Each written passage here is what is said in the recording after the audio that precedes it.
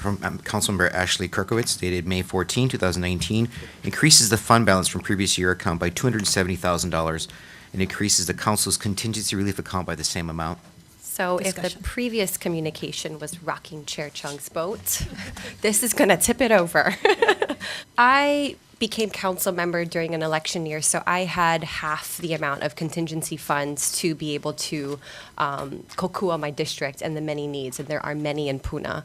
So I had about $15,000 to spend. Like Chair Chung pointed out, and I mentioned earlier, I did my due diligence and I met with finance to see if it was possible to pull some money from fund balance in order to beef up contingency funds. And many of you on the council have sat on the nonprofit GIA ad hoc committee and recognize the critical need we have to support nonprofit organizations really doing the groundwork to serve our communities most vulnerable. So seeing that we had some additional funds in fund balance, I wanted to create this space to have a conversation about increasing our CRF by doubling the amount from $30,000 to $60,000. I know that there was a lot of discussion about let's kick it up to $100,000, which would be really nice, but I'm thinking about the sustainability of this fund. I would rather know that several years from now, I can count on $60,000 every single year, rather than jacking it up to $100,000, $150,000 this year, and then having to scale it way back, given the fiscal position of our county. So I'd like to hear what my colleagues have to say. The amendment we just passed, 25, and then this 270, and then a potential 250, that's about 545. And if I'm reading this correctly, fund balance from previous years, 20 million. As you can tell from draft 1 to draft 2, we did increase the fund balance based on projections. And, so we already made a significant increase. It's a number we constantly analyze during the budget process because it is changing consistently. I know you guys mentioned a lot of spending happens at year end. Part of that is because, we tell departments that if something happens during the year, you have to be able to fund that through your own budget. So, you have an emergency, a vehicle gets in an accident, we're self-insured, they have to replace that vehicle, from funds from within. I like be selfish to serve the most vulnerable in our community, which is through our contingency money, which is a direct impact to those programs that we service, along with it benefits the taxpayers. Our contingency money takes that money right back to the taxpayers in the most expeditious way. So I'm going to be supporting this. This money is, to me, wisely spent for our taxpayers and the communities. And again, they are the ones in the driver's seat when it comes to the contingency funds, because they let us know what their needs are. It feels, I think we have some increased revenue this year and we had some increased expenses. But I feel like and who wouldn't, when you see more money in your savings account, you can go spend it because you got money in the account. That's great. But I feel like the correct thing to do would be to start paying down debt, not necessarily buying new cars and going on vacations, but using taxpayer money correctly to start paying down debt and make sure we're doing the right thing for the taxpayers. And I am kind of stepping outside of what we are discussing right now as far as this amendment, but I just need to say that, and I'm looking for your input on that.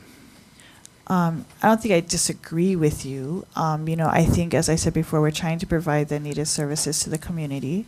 When it comes to fund balance, one of the basic principles of government is kind of returning to the taxpayer. And so we do that by, using it to fund the next year's budget. So it does reduce what we would have to collect, in taxes. So, but if you're saying, you'd rather use it to pay down debt or save for the future, whatever some of the things I've been hearing, then yes, the budget can be amended and the council can do that. Of course, I'd like to have more money to spend on my district or nonprofits or projects, whatever it may be. Who wouldn't? but at the same time, to be proper and to take care of the people like we're told to do. That's our job. Are we heading the right direction by spending down the fund carryover for, I would maybe we could call it selfish projects. I needed to say that. If we, given more proposed amendments, in your opinion, what position would that put the county in as far as the tapping into fund balance? Like I'm hearing now, we have the money, let's, increase that. I'm all for increasing contingency. I think I was around when we had 100,000 each. And that was, that really benefited the community. But, given the state of the economy and our position, what is your opinion on anything further than? So based on what the information we have now, as I said, the 500,000 is fine. Anything beyond that, I need our staff to look at it again and see where we're at. I believe there are several bids opening in the next couple of weeks, that would at least tell us if things are coming in as planned or if, higher, we do take all of that into account and we do our best to estimate it. Being fiscally responsible warrants us to not winnow down our fund balance to absolutely nothing. We need to make sure that we're beefing up our reserves and our rainy day fund in the event of any kind of emergency. And so while I like the idea of increasing it to 100,000 like it's been in years past, I also recognize that there have been times where contingency was zero. So I want to be really grateful for the fact that finance is even allowing us to consider doubling what we have. So I would like to move forward with this amendment. I think it's the most responsible thing to do. The reality of the situation is, and I don't want to be patting ourselves on the back, but because we needed it, but this council went to bat for the administration in getting a lot of revenues. I don't want to use the word tax, but revenues, to come in.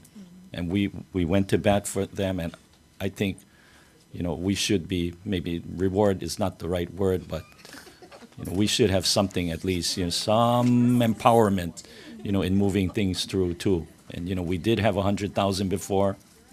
I don't think that's a large amount. But, I wanted to say that. But, what's more interesting is the broader discussion that was had, brought up by Mr. Richards and then later on segued onto by Mr.